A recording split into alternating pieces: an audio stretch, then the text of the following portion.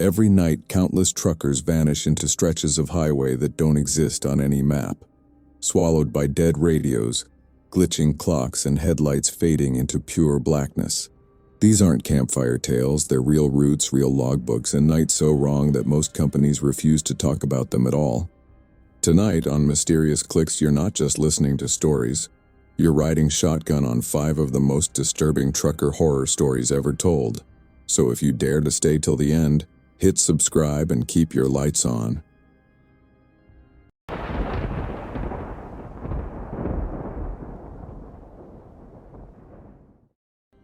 What would you do if a stranger at a rest stop spoke to you using your full name, even though your ID was locked inside your truck?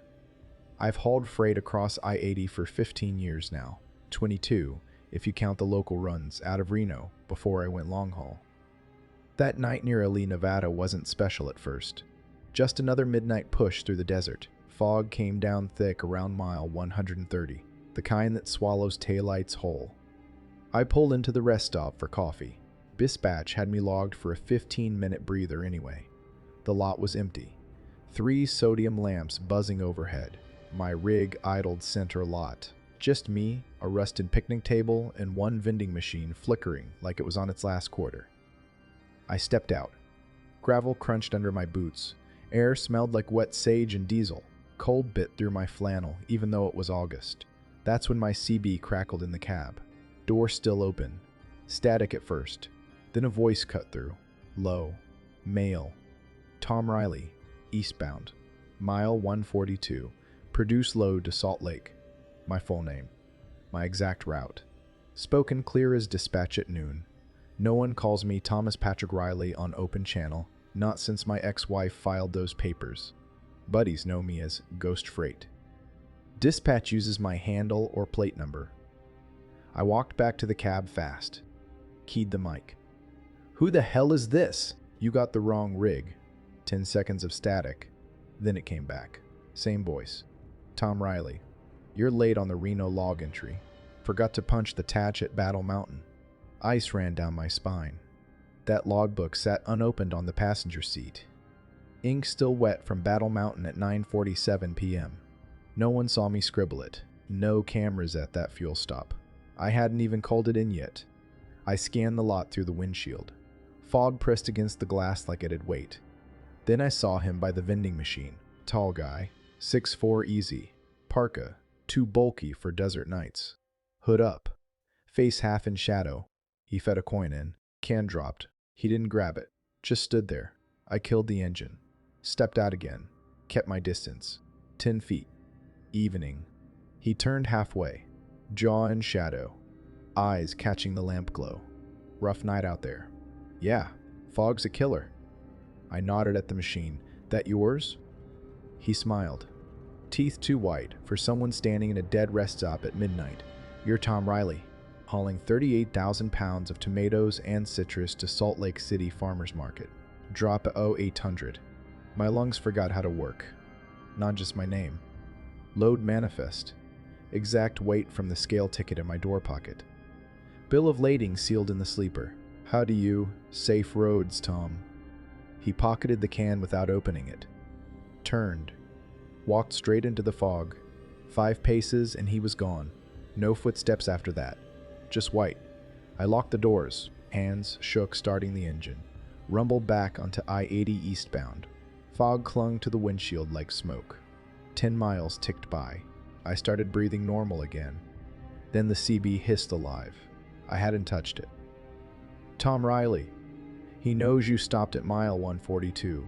Same voice. But it sounded wrong now, like it was coming from underwater. I switched channels. 19, 17. All the way down to weather. Every single frequency carried it. Ely Pass ahead, Tom. Take the left grade. I hadn't signaled the turn yet. GPS chimed a second later. Risturdo suggestion. My hands were still on the wheel straight. The voice knew before I did. Don't log this stop, Tom. He remembers everything. 20 more miles. The voice kept whispering my route. Predicting every lane change. Every gear shift. Mirrors showed empty road. No rigs behind me. No cars. Just me and that voice in every channel. Dawn broke somewhere past Windover. First light hit the salt flats. The voice stopped, just cut out mid-sentence. I pulled into a truck plaza in Thule. Real coffee. Hands still shaking. Check my logbook. No entry for mile 142. No timestamp. Nothing. Called dispatch. Asked them to pull my ELD tracker data. They said no pings showed at that rest stop. System had me continuous from Battle Mountain to Windover. I looked up that rest stop later. Called state ... Vending machines been out of order since June. Power line got cut in a storm. No repair scheduled. No one remembered seeing a tall guy in a parka. No other trucks logged that lot all night.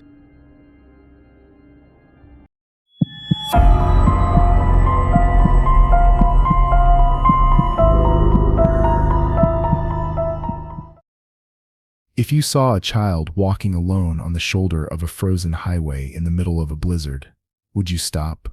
I've run snow chains across Wyoming for 12 seasons now. I-80 westbound out of Rock Springs. That storm hit around 1 in the morning. The kind that makes you question every choice that put you on that road. Temperature gauge read -12 outside. Cab was barely holding 40 degrees. Dispatch wanted me in Cheyenne by dawn, but visibility dropped to nothing.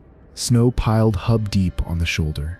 I'd cleared Laramie Pass an hour back. Chains sang on the ice.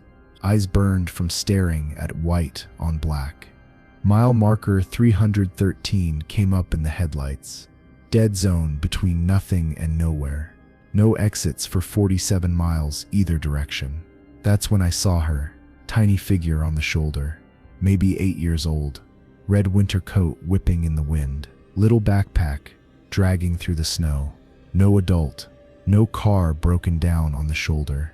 No house lights. Nothing. Just her. My heart dropped. Kids don't wander blizzards. I geared down, pulled even with her. Popped the door. Wind screamed into the cab. "Hey, you okay? Get in here before you freeze." She looked up, face pale, blue eyes, didn't blink against the wind. No tears from the cold, just stared at me for 3 seconds, then nodded, climbed the step like she'd done it 100 times. Door slammed. Cab warmed up 2 degrees instantly. She sat down, seatbelt clicked. "You from around here?" I kept it calm. Checked the mirrors. Road empty behind us. She sat small in the seat, backpack on her lap. Zipper crusted with ice. "Going to the next town," she said. Voice thin, flat. No accent I could place. I knew that stretch. Next town was Saratoga Junction. Hasn't been a town since '89. Just a gas station sign rusting on a post. 50 miles of nothing. That's a long walk. "What's your name?" She didn't answer, just stared at the windshield. 10 seconds of wiper blades thumping. Then she said, "Turn around." Not an answer to my question. A command. I glanced over. She stared straight ahead. Eyes didn't track the road. "Can't do that. Dispatch has us going to Cheyenne. Warmer there. We'll get you sorted. Turn around. He's waiting." My gut twisted. "Who's waiting?" I grabbed the CB. Keyed it. "Breaker breaker. Anyone near 313 westbound? Got a minor. Needs assistance." Static. No response. Tried again. Nothing. GPS chimed. "Reroute suggestion. Saratoga Junction. 12 miles. I've driven this route for 12 years. There's no Saratoga Junction on my maps." I looked at the GPS screen. It showed a road that didn't exist. A spur off the main highway. Dotted line. No name. "I need to get you somewhere safe. What's your parents' number?" She shifted. Backpack thudded against the door. Heavier than a kid's pack should be. Mile marker 313. We always walk there. We passed tents. My skin went cold. Checked the mirror. She sat perfectly still. Too still. No fidgeting. No kid sits that still.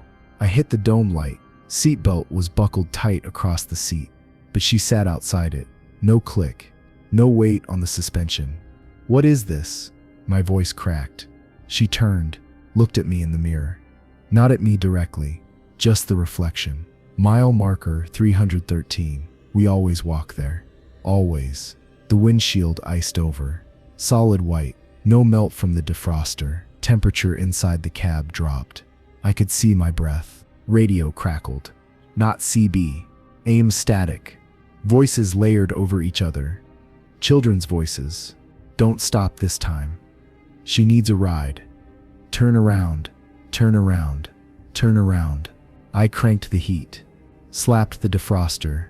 Wipers fought the ice. Cleared a hole. Road ahead empty. I looked right. Seat empty. Backpack gone. Belt buckled flat. Against nothing. I slammed the brakes. Truck shuddered to a stop. Jumped out. Checked the shoulder. Snow falling fresh. No footprints. No tracks leading away. Wind howled through the sage. Got back in. Hands numb. Drove to Rollins by dawn. Pulled into the plaza. Couldn't drink coffee. Hands shook too hard. Called a state trooper. I know. Told him everything. He ran the scanner. No missing kid reports. No calls from 313. He went quiet for a second. Then he said, "You know about the bus, right?" I didn't. He told me. Winter of 73. School bus lost control on black ice near mile marker 313. Went through the guardrail into the ravine. 9 dead. Most of them kids. One little girl got ejected on impact. Red coat. They never found her body. Snow buried the ravine. Search stopped after 2 weeks. Her name was Emily Rose. 8 years old. Every few winters, truckers report seeing a girl in red on that shoulder. Some stop. Some don't. The ones who stop always say the same thing. She asks for a ride to the next town. Never says which one.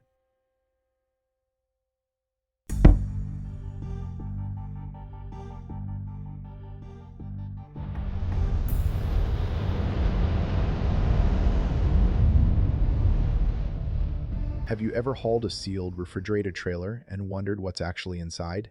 Reefer runs out of Laredo are steady work. I've been crossing that Texas-Mexico border for 14 years. That load came in at midnight, sealed by the freight broker at the yard.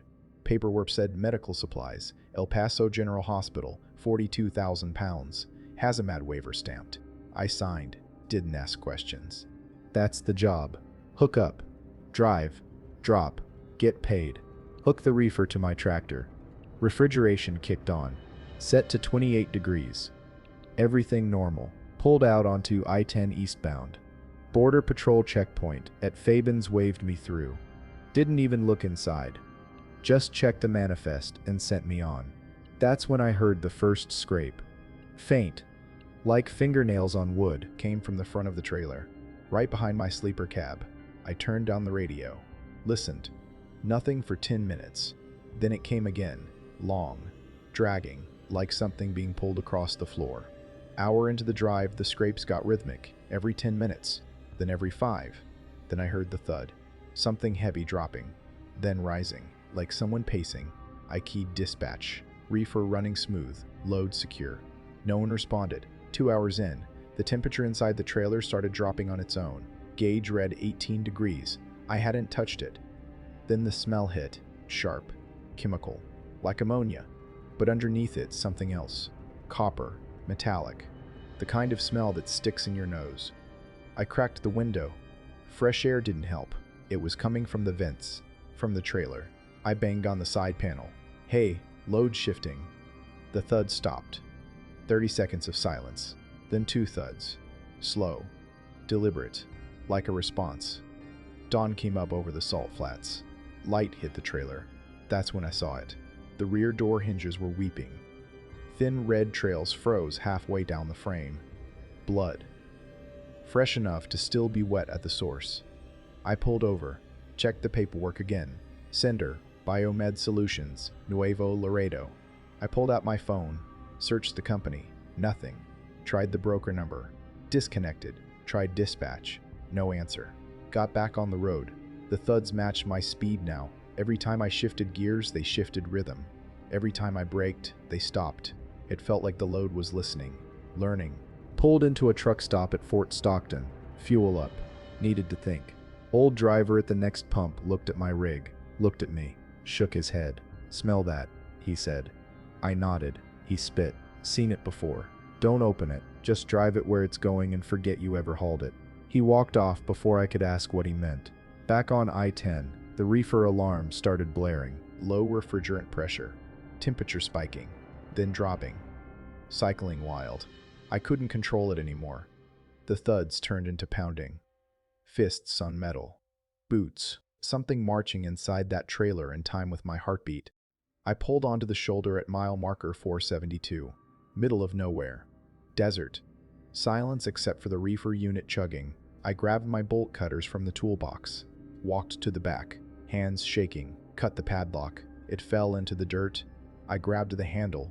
Cracked the door 6 inches. The smell hit like a wall. Rot. Sweat. Blood. I looked inside. Black tarps covered pallets. One of them moved. A hand shot out from under the tarp. Pale. Veins dark under the skin. It clawed the tarp aside. A man's face. Mid-30s. Eyes wide. Lips moving. His mouth was sewn shut. Fishing line. Crude stitches. He lunged forward. Not attacking. Begging. His hands reached for me. He tried to speak through the gag.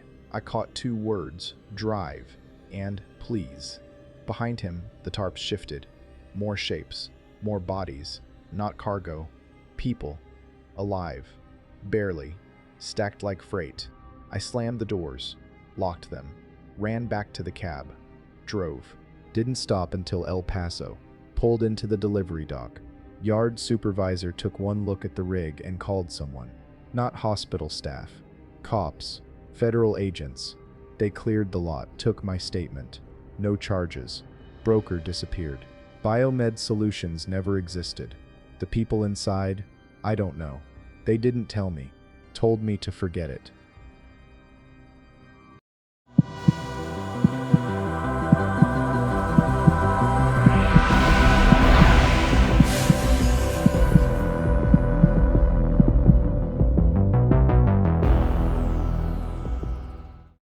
What would you do if you tuned your CB radio and heard yourself on the other end, talking a few seconds ahead of your own thoughts? I-81 through the Appalachian Mountains is a lonely run. Early November, 3 in the morning, no moon. Just pines crowding the road and fog sitting in the valleys like something alive. I'd been driving 12 hours straight. Eyes dry, coffee gone cold in the cup holder. Radio was my only company. I flipped through CB channels. Truckers talking about weather. Lot lizards, the usual. Channel 17 crackled. Voice came through. "Yeah, I'm about 10 miles from the Buchanan exit. Need fuel soon." I reached for my coffee, took a sip. Voice continued. "Coffee's cold. Should have stopped back in Wytheville." I froze. That's exactly what I was thinking. Word for word, I keyed the mic. "Who is this?" Static. Then my voice. Exact tone, exact cadence. "Who is this?" Not an answer. A repeat. An echo. But I hadn't spoken yet. I was still holding the mic. "This isn't funny. Get off my channel." I released the key. Waited. My voice came back. "This isn't funny. Get off my channel." 2 seconds before I said it. I said those words in my head. Then the radio spoke them. My stomach dropped. I switched to channel 19. Static. Then my voice again. "Switching to 19 won't help. It's on every channel." I hadn't said that out loud, just thought it. The voice was reading my mind. I turned the radio off. Silence. 2 miles of dark road. Pines pressed close. Then the speaker crackled on by itself. Turning it off won't stop it either. My hands went cold on the wheel. I grabbed the CB. Ripped the cord out of the dash. Plug dangled. Dead. But the voice kept coming through the speaker. Clearer now. "You can't unplug what's already inside, Tom." It knew my name. I didn't use my real name on CB. Ever. My heart pounded. I looked in the rear view. Empty road. No headlights. Just fog rolling through the trees. The voice continued. Softer now. "You thinking about pulling over?" "Don't. It's waiting there." I wasn't going to pull over. But now I couldn't. Not if something was out there. I pushed the pedal. 55. 60. The voice stayed calm, started talking about things I hadn't thought of in years. My daughter's birthday, the one I missed because I took a load to Portland, my dad's funeral, the last thing he said to me in the hospital. You were never there when it mattered. Shut up. I said it out loud this time. Voice paused, then it spoke. Sad now. You shut everyone out. You know that, right? I felt tears. Hot, angry. You're not real. You're not me. I'm the part of you that knows, the part you ignore, the part still driving when you should have stopped. Lights appeared behind me. Headlights, high beams, coming fast. I checked the mirror. Semi-truck, same model as mine, same color, same plate configuration. It pulled alongside me in the left lane. I looked over. The driver looked back. It was me. Same jacket, same hat, same scar on my jaw from a bar fight in Tulsa. He mouthed words I couldn't hear. Turned back. Then he was gone. Sped ahead. Disappeared into the fog. CB crackled one last time. Don't let it catch up. Static. Then nothing. Radio stayed dead for the rest of the trip. I pulled into a rest area at dawn. Checked the CB. Plug still unplugged. No power. But when I turned the key, it crackled alive. Normal chatter. Weather. Traffic. No voice. I asked around the lot. No one else ran that route last night. No other trucks matching mine. I still drive Appalachia. Still run that stretch. But when the fog comes down and I'm alone in the dark, I don't touch the radio. Because whatever spoke to me that night wasn't interference. It was me. The version of me that kept driving when I shouldn't have. The one that never stopped. And somewhere on that mountain, I think he's still out there. Still running the same route. Waiting to pass me again.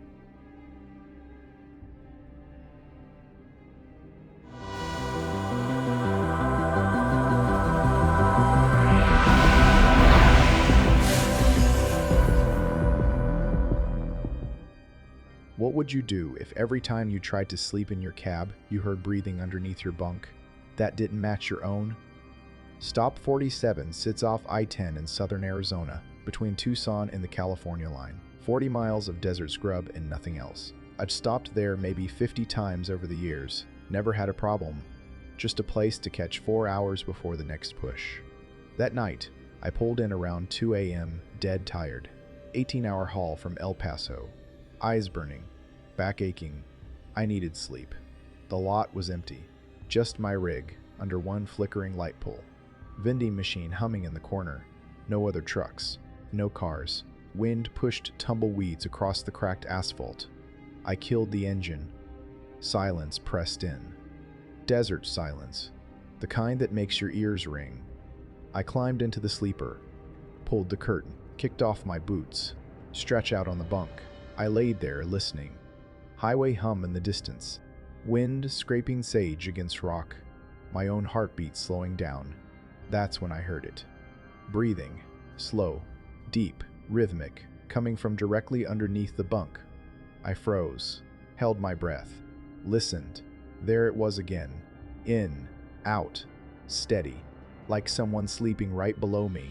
But I wasn't breathing that slow. My heart was pounding now. I leaned over the edge of the mattress. Looked down into the gap. Nothing.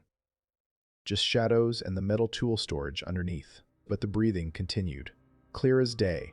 I sat up, turned on the dome light. The breathing stopped. I waited 30 seconds, turned the light off. 5 seconds later, it started again. Closer this time, like someone had moved while the light was on. I grabbed my phone, searched Rest Stop 47 Arizona. Reviews came up. Lot of them, recent ones. Don't sleep here.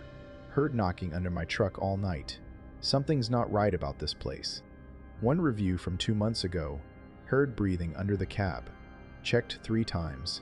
Nothing there. Left at 3 a.m. My stomach dropped. I wasn't the first. I grabbed my flashlight. Got out. Boots crunched gravel. Wind had died completely. Dead air. I walked around the rig. Checked both sides. Got on my back. Slid under the trailer. Beams swept every crossmember. Every fuel tank. Every panel. Nothing. No one hiding. No one hiding. No animals. Just dust and road grime. I climbed back in. Locked both doors. Left the dome light on this time. Breathing stay quiet. I laid back down. Closed my eyes. Started drifting. The second I felt sleep coming, the breathing came back. Louder now, heavier, like someone exhaling right against the floor beneath me. Then the knock. 3 slow, deliberate taps. Metal on metal. Under the bunk. Right where my head rested. I bolted upright, grabbed my tire iron from the door pocket. "Who's there?" My voice cracked. No answer. 3 more knocks. Slower. I jumped out, ran to the passenger side, got under the truck again, banged the frame with the iron. "I hear you. Get the hell out." Nothing. Just my voice echoing off metal. I stayed under there. Listened. Wind picked up again. Something rattled in the distance, but no breathing. No movement. Got back in, sat in the driver's seat, didn't lay down, just sat there. Windows cracked. Fresh air. 4 a.m. came, still awake. That's when the breathing turned to whispering. Low, muffled. Couldn't make out words at first, just the sound of a voice. Male. Coming from the floor vents. I cracked the window wider. Outside was silent. Sound was definitely coming from inside. From below, I got on my hands and knees, put my ear to the floor vent. The whispering stopped. Then it came from behind me, from the sleeper. I spun around. Nothing there. Curtain still. Then it came from the vents again. Closer. Forming words now. Slow. Deliberate. "Your shift's almost over." I didn't wait. Started the engine. Didn't care about my logbook hours. Didn't care about dot violations. Pulled out of that lot doing 40. Hit the highway. Dawn came up orange over the desert. I drove straight through to Yuma. Found a busy truck stop. Full lot. Other drivers. Sunlight. Safety. I parked between 2 rigs. Couldn't sleep. Hands still shaking. Called dispatch around 8. Asked about rest stop 47. Manager went quiet. Then she said it's been flagged internally for years. Drivers refuse it. Maintenance hasn't been out there since 2009. Budget cuts. Complaints pile up, but no one investigates. She told me locals have stories. Old highway patrol logs mention it. Used to be a rest area back in the 50s. Before they built I-10, families traveling cross-country would stop. 2 disappeared. Just vanished. Cars left running, food still on picnic tables. 1 trucker in 86 stopped overnight. They found his rig idling. Cab empty. Logbook showed he'd been asleep. Coffee still warm. He never turned up. County records show the land underneath that rest stop used to be a tuberculosis sanatorium in the 1920s. Patients died in underground rooms. Buried on site. When they built the rest area, they poured concrete over the old foundation. Sealed it. But the vents still connect. Old air shafts from the sanatorium. That's what the whispering comes through. That's where the breathing lives.